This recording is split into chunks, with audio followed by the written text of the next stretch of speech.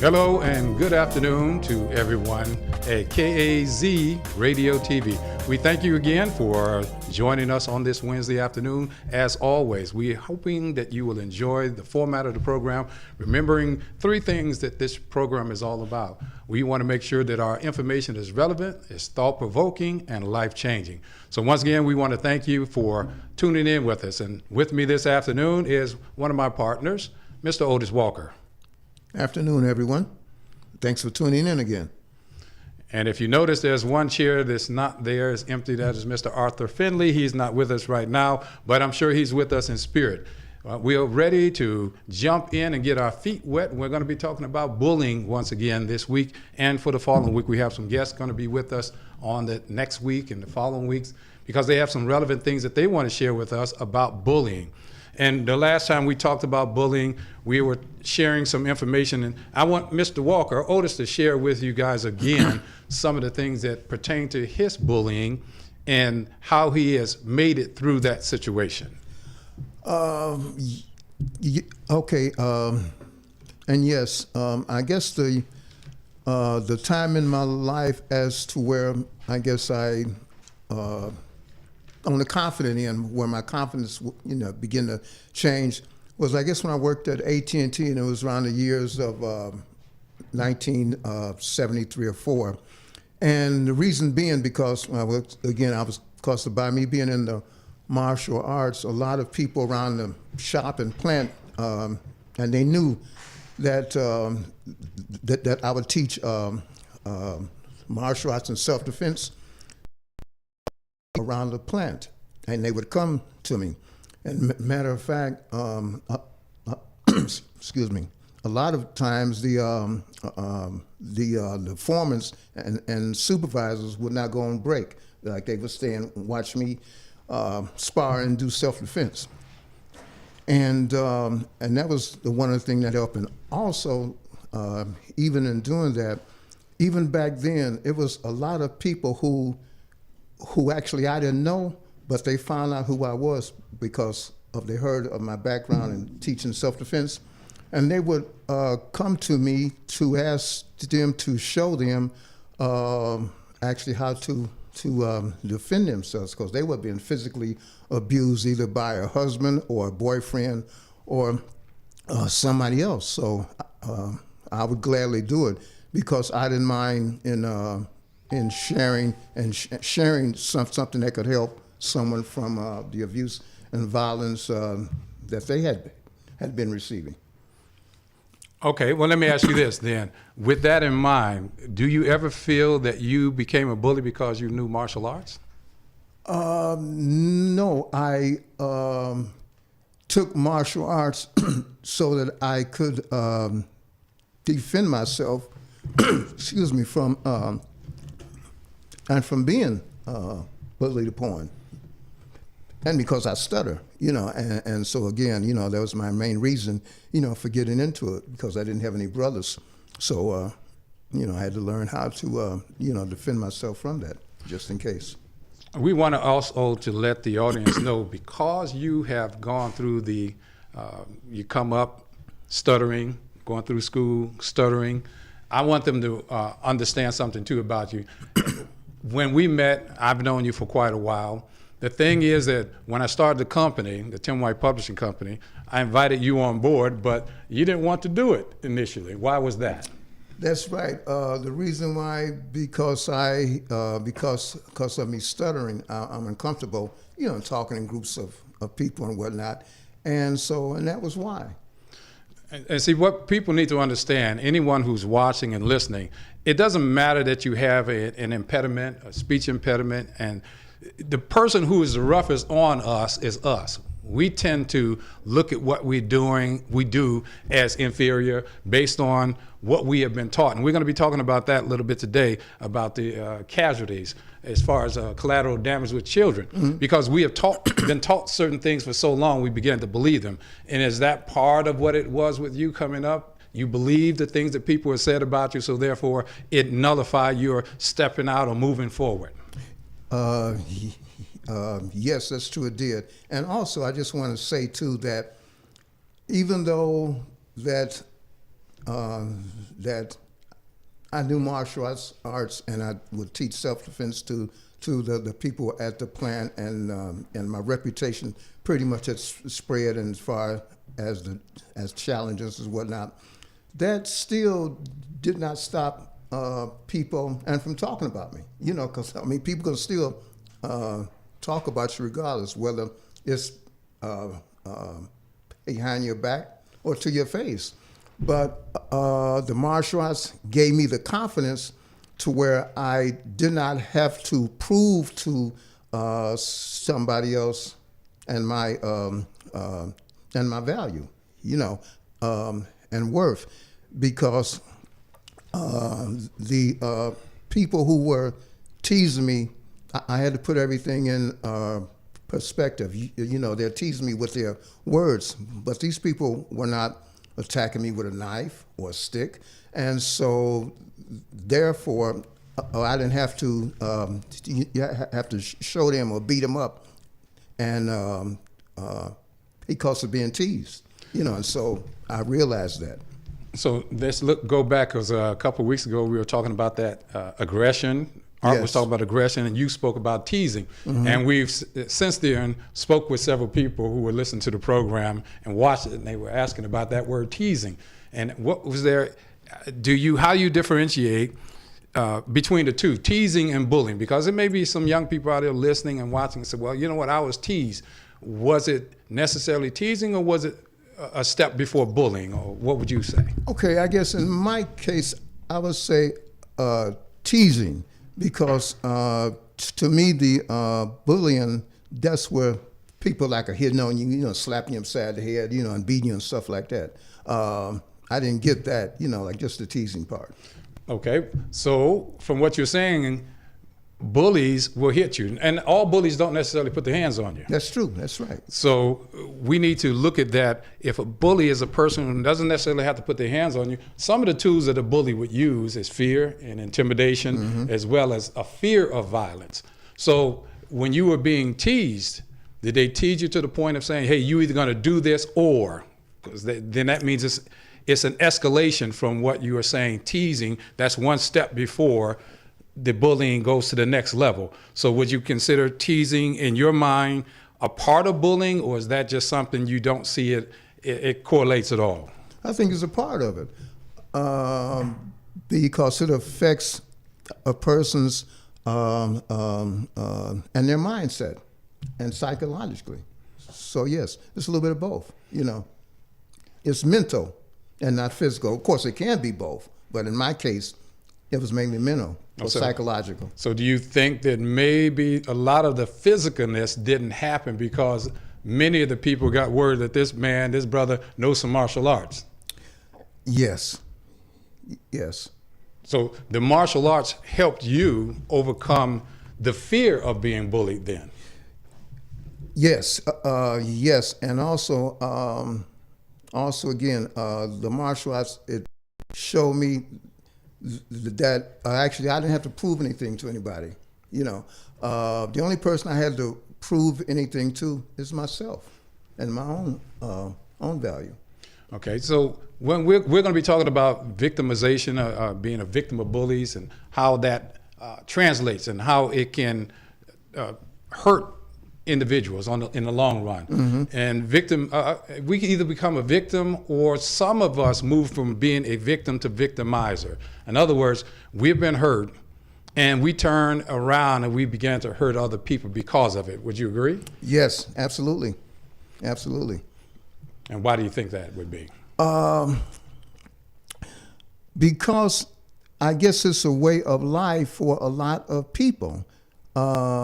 Because parents can be bullies, even teachers and coaches, policemen, of course, we know, and not all, but, there are a lot that are. So, it's a long list.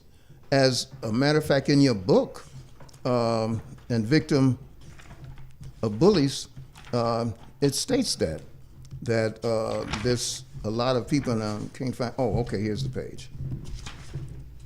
Okay, and it says here, a short list of people who are potential bullies: dad, mom, siblings, teachers, students, coaches, adults, police, judges, attorney, bosses, and even social media. So we need to really, and today we're going to look at where some of the bullying originates. It doesn't originate with the child. No. And as we're going to be talking about today, we have to look at the collateral damage. Children often become the collateral damage in relationships between a husband and wife, or boyfriend and girlfriend, and so forth. And when we look at that, oftentimes we try to get the child to adjust their thinking, adjust the things that they might do or how they would feel, without taking into consideration how they feel and what they're feeling. Many of us as adults, we perpetuate the stereotype of being bullies. And as you mentioned, and I talk about it in the book, many of us become bullies. Parents become bullies. And we become bullies as parents when we decide not to really listen to what our children are saying. And you know what? I have in my hand this cell phone. This is one of the tools that many of us as adults use when we don't really want to be bothered with our children. Unfortunately, Right. we give them a phone, a cell phone, or a tablet, and we send them on their about their merry way. Or game to play with. Yeah, and we do that because of what? We don't really want to. Don't want to take time. We don't have time. And the reason many of us don't have time, it seems anymore, is because we justify by saying, you know, I'm working every day. I work all day from sun up to sundown, and when I come in, I'm tired. And yet you have that child in the house, or the child is coming home from school that's been bullied mentally and emotionally, when a child is reaching out to us as adults. And that's what we're talking about today. When we talk about collateral damage is that overspill. That overspill, when they say collateral damage, it's that association with, if you drop a bomb. We look at our children sometimes as being acceptable collateral damage to what we do in our lives. And it should never be that way. Our children should never be the blunt or the brunt end of the situations we as adults find ourselves in. But oftentimes we do. And I'm going to read one scripture from the Word of God. Those of you who have your Bibles, you know it, Proverbs 22 and verse 6. I'm sure many of you know it. It says, train up a child in the way that he will go, that when he is old, he will not depart from it. So that means that we have personal. Our children are not originators of anything. That's Our right. children are imitators and not originators. Children will imitate what they see, what they hear, what they've watched other people do. And children will imitate that because they see the effectiveness of it. And because of many of us as adults, remember we're talking about collateral damage, and I'm talking to many of you as adults, we at times find ourselves competing with our children. And there's a danger in that, wouldn't you say? Yes, of course. What kind of danger would you look at that and see a parent competing with their children? What do we mean when we say a parent is competing with their child, in your view? Okay, competing with their child. I would say not taking time to be a parent to them. So, You know, and wanting to party themselves, you know, or run the streets, or just not and take time. so you're saying that a child is being abused. Technically, the child is being abused if the parent is not giving that child what they need in their lives. Then, Well, in order to be abused, now, like we're it not has talking to about be on the necessarily. physical sense. No, You're it talking doesn't have to physical? be. It doesn't have to be physical abuse. True. Many children go through emotional abuse. And when we say emotional abuse, again, to the parents out here, and I know it's going to be difficult for some of us to accept the fact that we verbally abuse our children. Yes. We don't have to physically do it. When we verbally abuse them, we can simply just call them stupid. Absolutely, I've heard it a lot coming up in my childhood, and other parents, in the way they were talking to their children. You know, So you hear them saying stupid, you know what, you'll never amount to anything. That's right. And how many times have we heard this? And again, we're talking to the adults. And see, what we want our children to change, but we should never expect our children to change if they don't see a reason to change. Those of us who are in leadership position, that means adults, that means parents. Children need to see that we as the role models are doing the things that we expect for them to do. That's right. So if I'm calling my child stupid, irresponsible, you're just like your daddy. And dumb. And dumb. Or lazy. Yes. Do we expect that to have an impact, an effect on our children, or do we just think that's casual conversation and they'll get over it? No, of course it has an impact, a deep impact. Okay, and to what degree do you believe that would be a deep impact with a young person? Okay, because a lot of children in hearing that like will get involved in drugs, gangs, and even suicide. Alarming. It's been a lot of children committing suicide at an alarming rate, especially before the pandemic as well, and even during. So are we as parents giving our children the proper examples to follow? That's the question we need to ask ourselves. Am I the proper example? Now, many of us as adults and as parents, we use that statement oftentimes, just do as I say do, right? Right. Children want to follow a leader, and they will do. You just mentioned the fact that children will get into gangs, they will get into drugs and different things. Why? Because they feel that this will help them cope with situations they might find themselves in, that on the average, they don't know what to do. And many of us as adults, we should be the source that a young person should come to find comfort, to find aid and understanding, but they don't because we're not giving them what they really need. And love, too. Well, now you open up a can of worms. So when we talk about love, what do we mean love? Well, okay, and as far as in the aspect of gangs, a lot of children, I think, get involved in gangs because they don't feel that they are loved from home or at home, and they turn to gangs.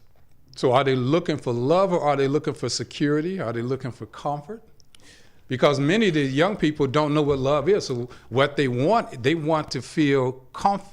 They want to feel secured when they're at home. Yeah. And if they don't find that security and that comfort, then they're going to turn to other sources for that. Yeah, so what they think it is. Yes, as young people, many young people don't have an idea what love is. They repeat the word love, but they have not really seen love, but they have felt comfortable. They have felt security. So they want that security. They're looking for that security. And how they find it is up to us. Yeah. So if I'm not doing what I'm supposed to be doing at home, my child can ultimately become collateral damage. That's true. And they become collateral damage because I feel that what I'm doing is more important than what my child might be experiencing. And many of us, and you know it for a fact, and we'll talk about that a little bit, we've been in and out of the school system. That's true. And in the school system, we have come across young people who have been hurting. And the thing that they have been looking for from us is to have someone care about them. We talked about it at lunch the other day about the young lady. We were at Bolton Elementary School. That's right. This young lady, they say that was her first day in the class. And the class with them. Her exact words were that she thanked us for coming because we cared. We showed her and that we cared about them.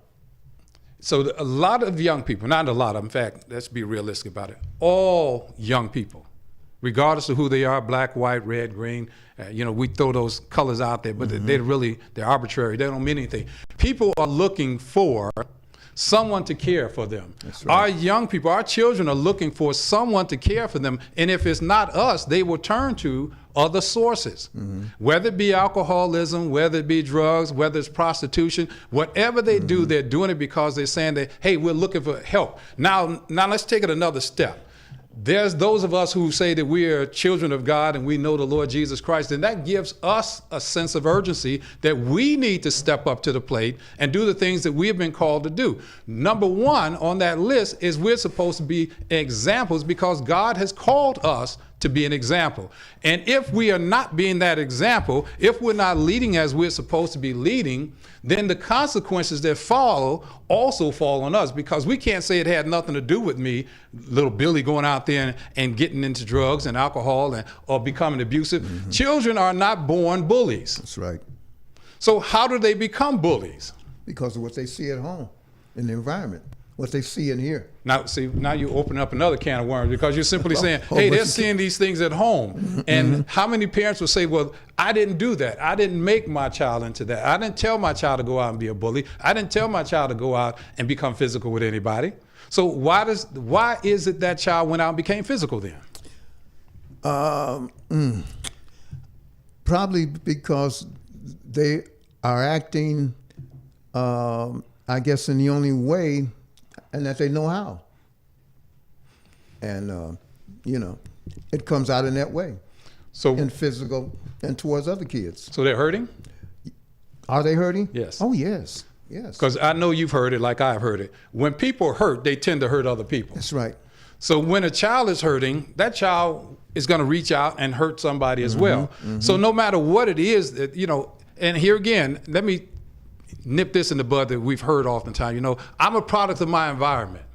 So the child is, we excuse and say the child is like that because of their environment. They grew up in a house full of drinking, smoking, alcoholism. So does that mean that the child has to do that? And that's not every case, no.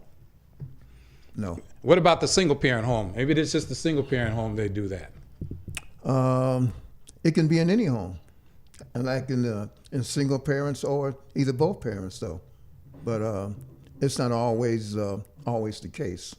Okay, so it doesn't matter if both parents are in the house. And there's another thing we have to consider too as well. You can have both parents in the home and yet they're not involved in the home. That's true. And when they're not involved in the home, that tends to make the child who is watching, and I want everybody to understand something too. Our children are watching everything that we say and do. You cannot pretend that they're not watching because they are. That's right. They're watching, they're listening, they're observing, and when we're not around, guaranteed many of the things that we did, they're going to imitate. That's right. And they're imitating it because, again, going back to what we said earlier, some of us as parents are competing with our children. Some of us as parents are not, we're in the house with our children, but we're not making the home a home. The children don't feel that dad is a part of the household. A child may not feel that mom is a part of the household. So they will take other sources, go to other sources as a method or as a reason to do what they do. Whether it's right or wrong, they choose to do it. Right. Remember what we said too. Children are not originators, but they're imitators. Imitators, right. And they're watching what we do, listening to what we say, where we go, who we're doing it with, even though they may never bring it up. Sometimes they do. Right. I'm sure you realize some children, as they get older, they confront their parents and say, Mom. I've seen you do it. Yeah. So I've heard you say that. So yeah. So does that justify a child doing it? No. But they still do. The reason they do it is because they said, that's the example you gave me. Yes. And the example is not always a good example. Again, we victimize our children. You just read it in the book too, and I talk about that. Parents can become bullies. Parents become bullies. Now, there's a difference between discipline and bullying, and we talked about that. So to have your child, to tell your child and encourage your child to do what is right is the right thing to do. But you're not going to force anything on them. And one of the things that we do, and I mentioned that as believers in the Lord Jesus Christ, his expectation is for us to do what it says in the Word of God. And he says, look, children, in Ephesians chapter 6 and verse 1, he said, children, obey your parents in the Lord, for this is right. So there's an obligation to us as parents. First off, don't expect your children to do what is right when you're constantly presenting to them things that are wrong. That's right, because they have to see examples. They have to see examples. Every day. And they don't have the ability to filter out things like we do. Our young people are being bombarded every day with negative situations and negative thoughts and so forth. Only way they can combat that is for those of us who have overcome to teach them. Yes. Yes.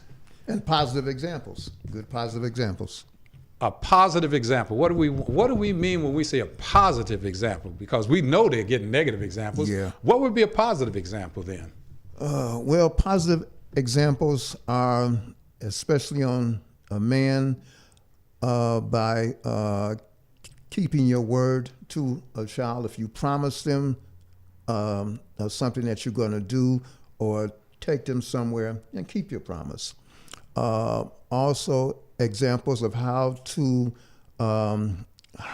be a good person to your wife, you know, and all these examples, how to treat a woman, you know, how to treat other people. So those are positive examples and how we should conduct ourselves with one another.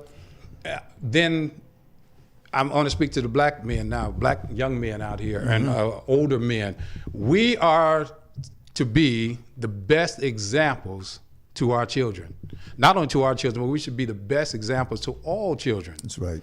Of leadership, good leadership. Good leadership is not leadership that makes excuses. Right. When we mess up, there's nothing wrong with saying, hey, dude, I messed up. Right. Right. But how because we're human. Yeah. But we don't present ourselves as being flawed. You know, you think about it, even today, when movies are made, everything, they call them outtakes. Yeah. The flaws are outtakes. You never see them. Yeah, we don't see those, and we see them when they do show them, we laugh at them because they say, hey, you know what, look at how many mistakes they made. We make mistakes a mistake. We don't take the mistakes as being life. Like a child is not supposed to make mistakes. Right. Unless they make mistakes, unless you know what you've done wrong, you will never do the things to correct it. That's true. And many of our young Because people, you want to know the difference. they don't know the difference Right. because they're not seeing that difference. When dad messes up, it's great for dad to say, son, I messed up. Daughter, I blew it. That wasn't right. But instead of that, you know what we see? And now let's go to TV and movies. We see in TVs and movies, the best way to deal with things that you don't agree with, you beat it down. So that goes into the bullying mentality. We beat it down. When you don't understand it, you don't agree with it, become verbally abusive. So we see that. What is comedy? Comedy is verbally abusing somebody. We're laughing at other people. Yeah, yeah. Other people's mishaps, Exactly. misfortunes. So yeah. that becomes funny to us rather than us looking at it for what it is and simply say, hey, that's a misstep. We need to change how we approach things. Stop laughing at things that aren't really funny. But that's how money is made. So bullying makes money.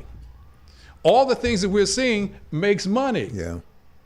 And if we let people see how real we are, how flawed we are, we say people don't want to be bothered with me because who wants to be around somebody who makes mistakes?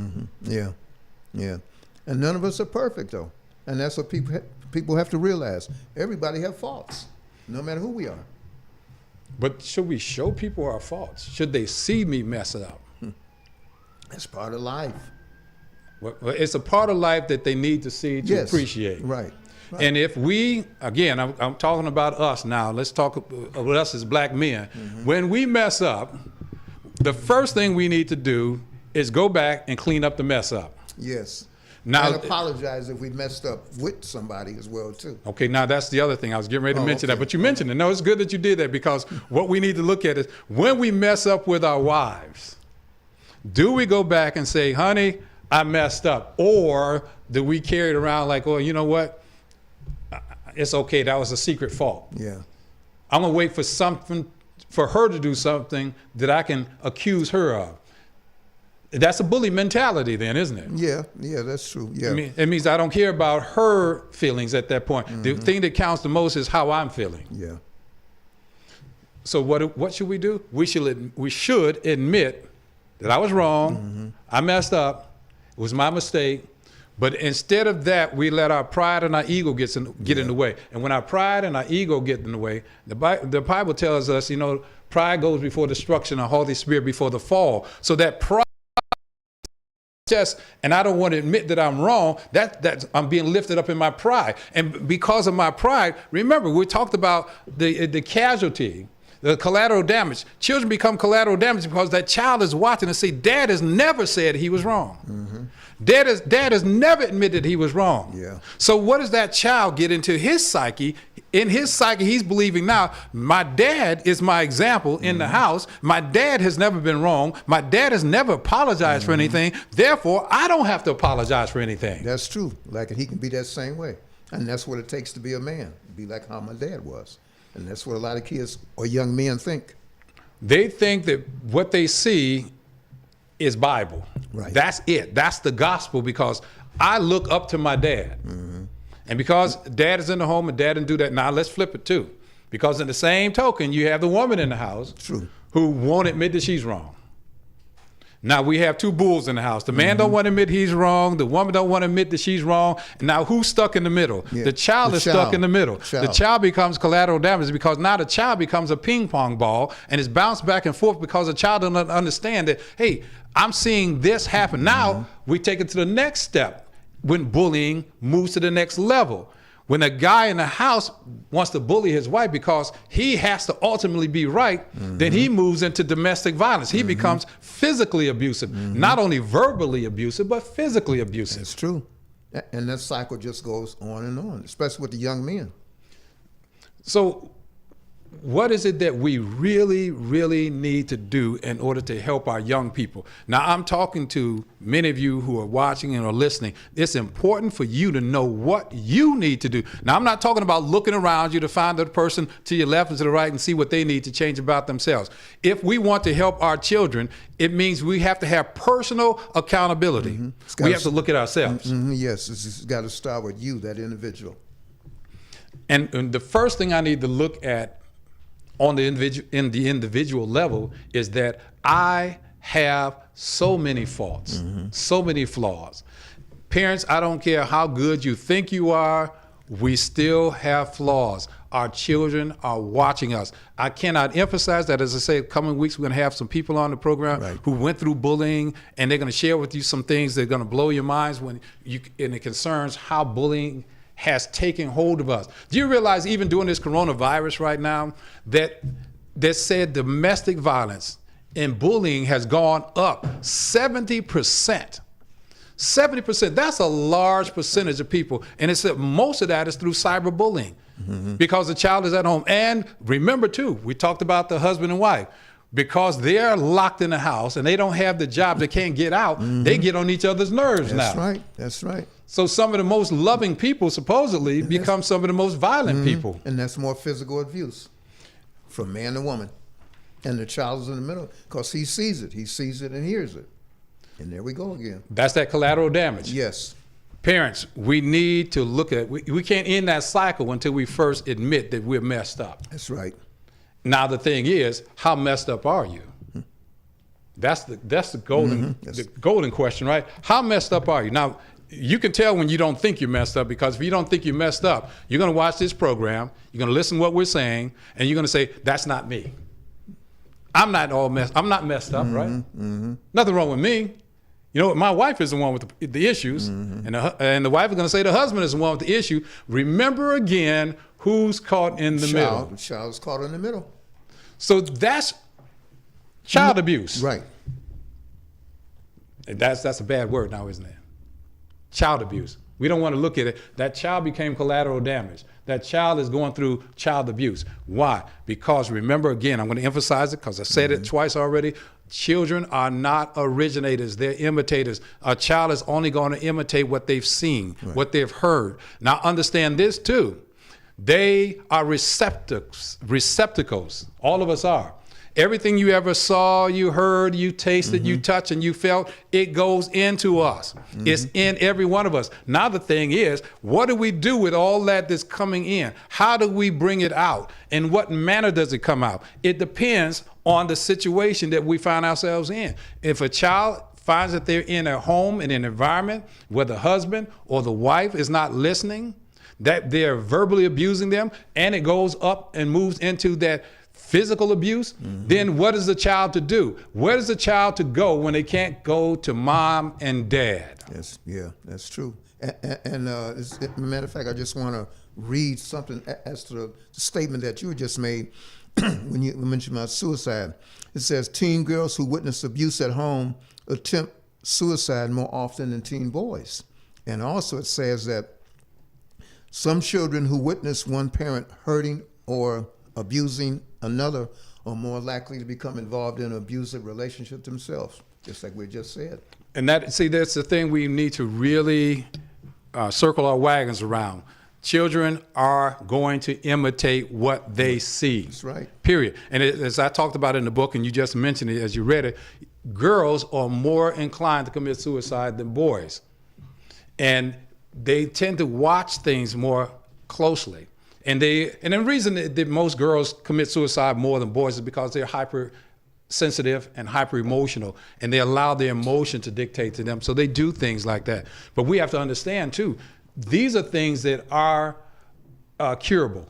There's a solution to it. And by the way, before I go any further, I want to give this as a suicide hotline out there, just in case there's some of you who are thinking about suicide. There's a suicide hotline out there, 1-800-273-TALK, 1-800-273-8255. That's a suicide hotline. If you feel that you can't cope anymore, you can't deal with what's going on, no one's listening to you, there's someone who is willing to listen.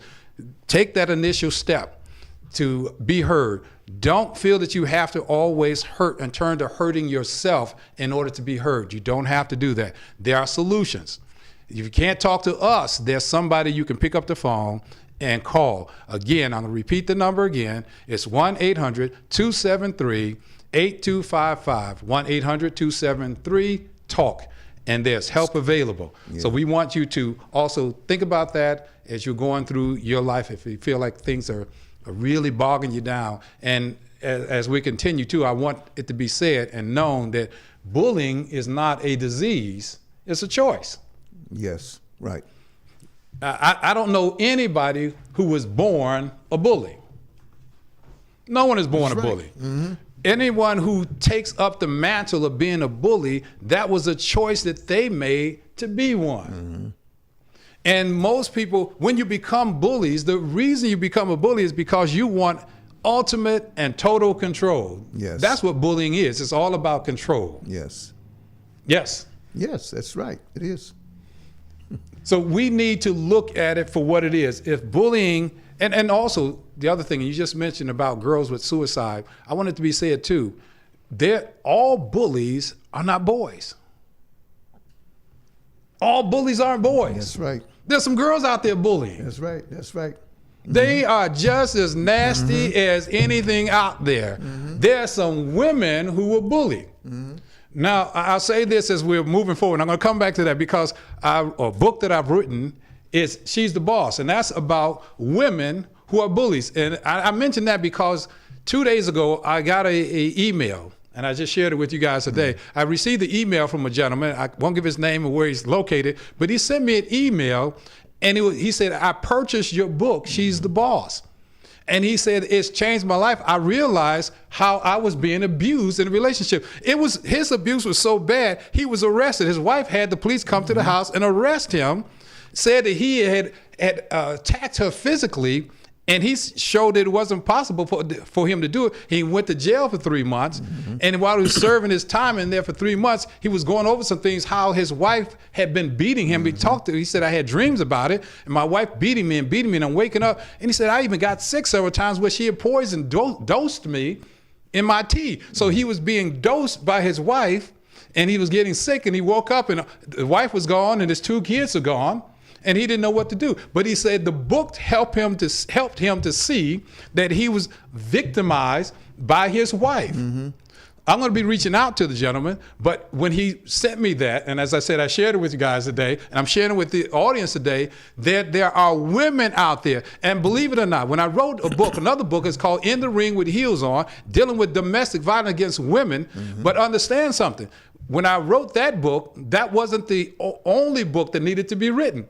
Because we know that it's said that every 7 seconds, a woman is being abused by a man. Every 7 seconds, 7 to 9 seconds, a woman is being abused. But now, take it a step further. When I started researching She's the Boss, I found out just as many men were being abused as women. The difference is women, we talk about when a woman is being abused, but men don't come out and talk about their abuse. That's because we had that stigma attached to us, which is, I'm not going to tell you nobody, no woman beat me. And it's embarrassing too. Yeah. It's embarrassing. Yeah. So it's probably more than that.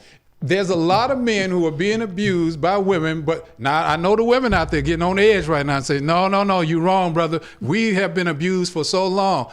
You're not the only ones being abused. How do we know that? Because our children are being abused too.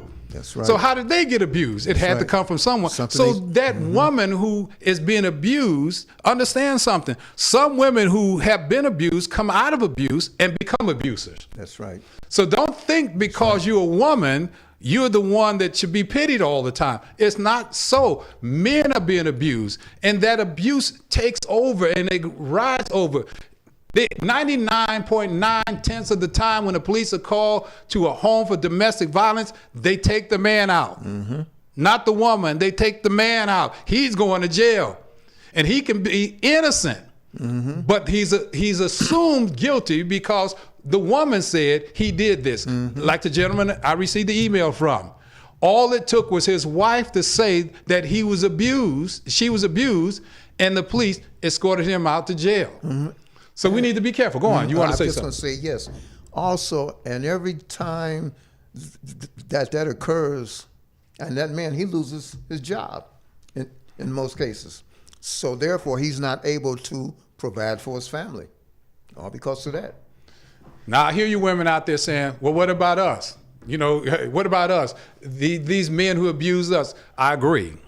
But see, the topic is, and we're looking at, we need to be careful. We need to be careful of what we're doing and what we're saying when I'm saying I'm abused. Because some women aren't abused, but they know they have that ability to say that, and people will listen to them. Now, when the man says it, if the man said it, in the book, if you get the book, She's the Boss, there's an incident in there. I've talked about a gentleman who was abused, and he was in the military. He tried to convince the military that he was being abused. No one listened to him. He tried to convince the police that he was being abused. No one listened to him. So he killed himself. And when he killed himself, they found all the marks of abuse all over his body. Then they said, well, maybe he was telling the truth.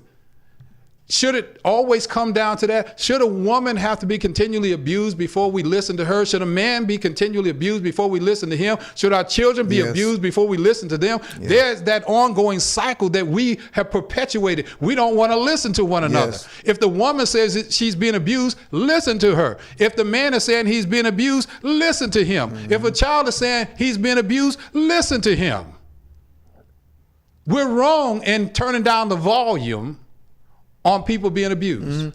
Yeah, that's because almost every week or month there is a case of a child either coming up abused and dead, and nobody listened to him or her, of being abused. You know what? It happens too much. And here's one of the reasons that takes place. They don't listen to it because we have the tendency to think that a child's issue, a child's pain, is not that severe. We say, you know what, no, he'll get over it, get over it, get over it, get over it. They don't get over it.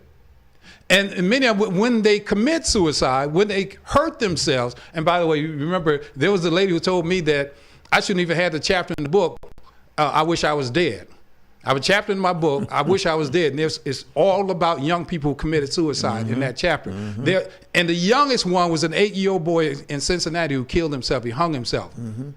And many of you may or may not remember, there's a video about what happened when he was in there. He reached out to this young man, and the young man punched him, and he was knocked unconscious, and most of the kids coming around kicking him while he's unconscious and all this stuff. He went home. He tried to relate the information to his family. No one really was listening. But he died, he killed himself. And this is the sad part of it. Remember, we're talking about collateral damage. The school didn't even tell the parents what had happened initially. So this young boy, 8-year-old, went home and killed himself, thinking this was the only option he had because no one was listening to him. Whether it was the educators, whether it was the principal, the teacher, whomever, no one was listening to him. 8 years of age. That's right. That age, you would think that child had nothing. He had everything to live for and no reason to die. And yet he hung himself. Why? Because he felt no one cared. No one was listening to him. Now, many of us will get involved if it's our child, but they're all our children. They're all our children.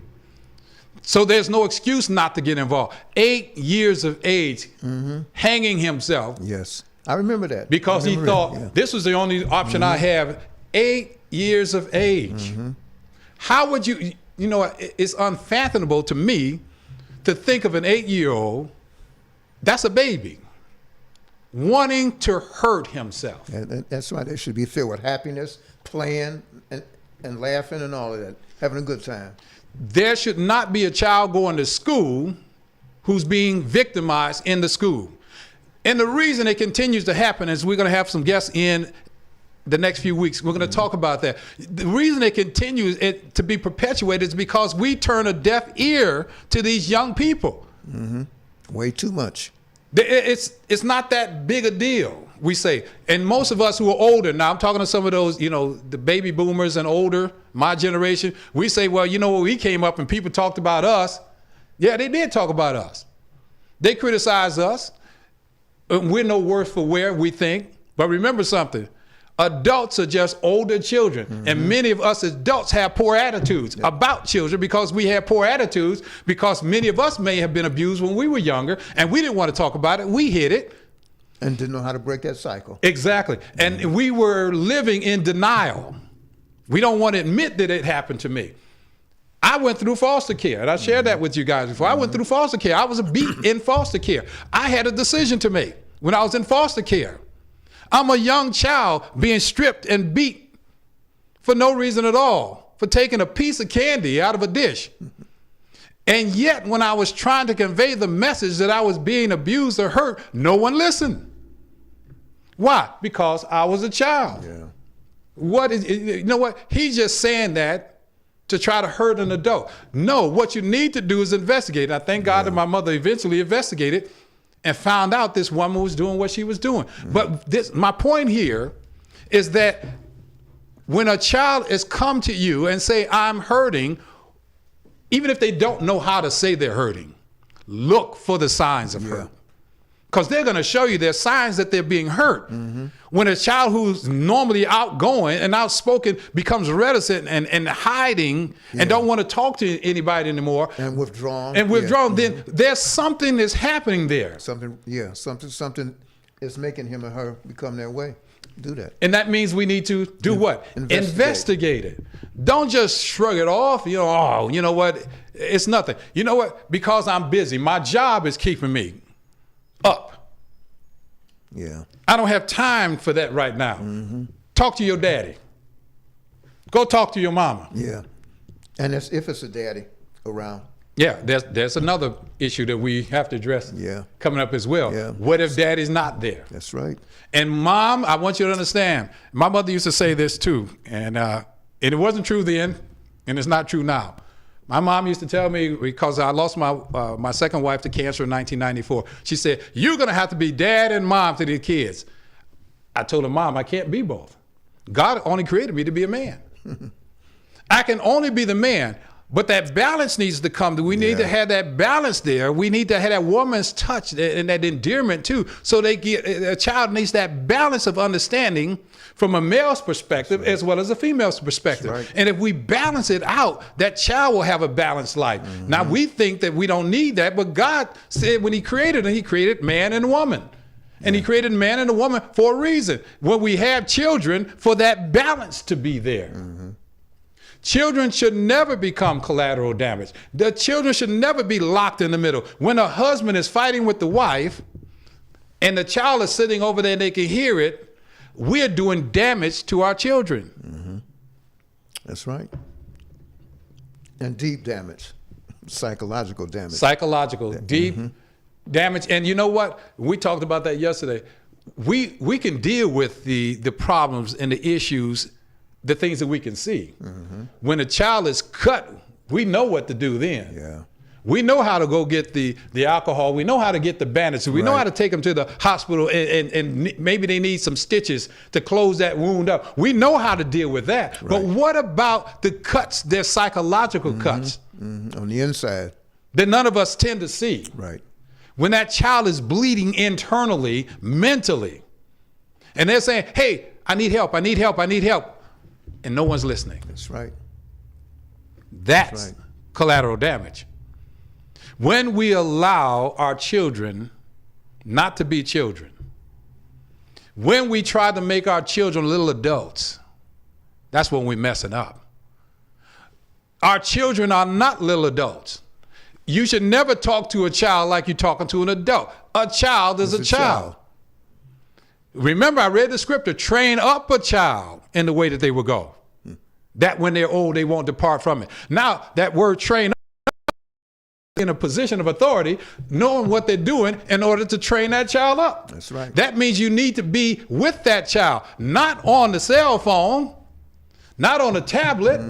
That means you're taking time, eye to eye with that child, looking them in the face and hearing from them. How did your day go today? What did you do today? You know what? Many of our children are talking down to us or talking to us like they're adults as well. There's something wrong with that too. That's right. I hear them in the stores, you know.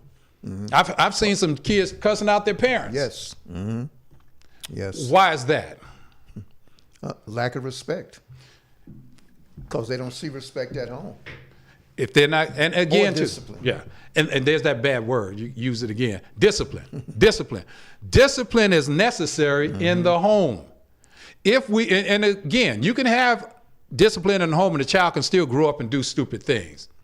But they're less likely to do as many stupid things when we're at home disciplining them, if we're at home being an example to them, if we're at home saying this is what you're supposed to do because I'm doing it, I'm showing you how to do it, not just telling you what to do. Parents, we need to stop telling our kids what to do as much as we're showing them how to do it. Examples, that's the main thing.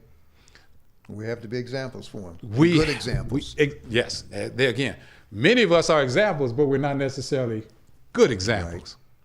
So we need to become good examples. How do we get around our children becoming or falling into the position of becoming collateral damage? That's done by us, number one, taking time with them. Two, you have to listen to them. I don't mean hear them. We have to listen to them. When a child is hurting, look for the symptoms.